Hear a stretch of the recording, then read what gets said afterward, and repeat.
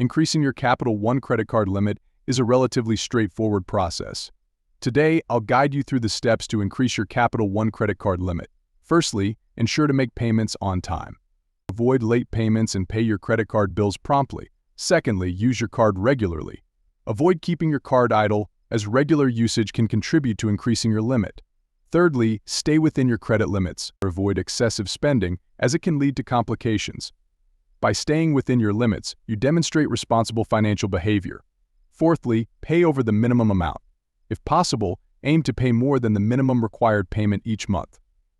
This helps demonstrate your ability to manage credit responsibly.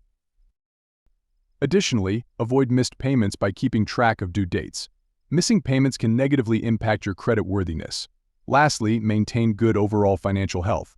Manage other accounts effectively, as this can positively influence your credit card limit.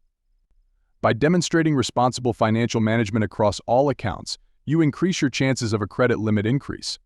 That's essentially how you can correctly increase your Capital One credit card limit. I hope you find this guide helpful.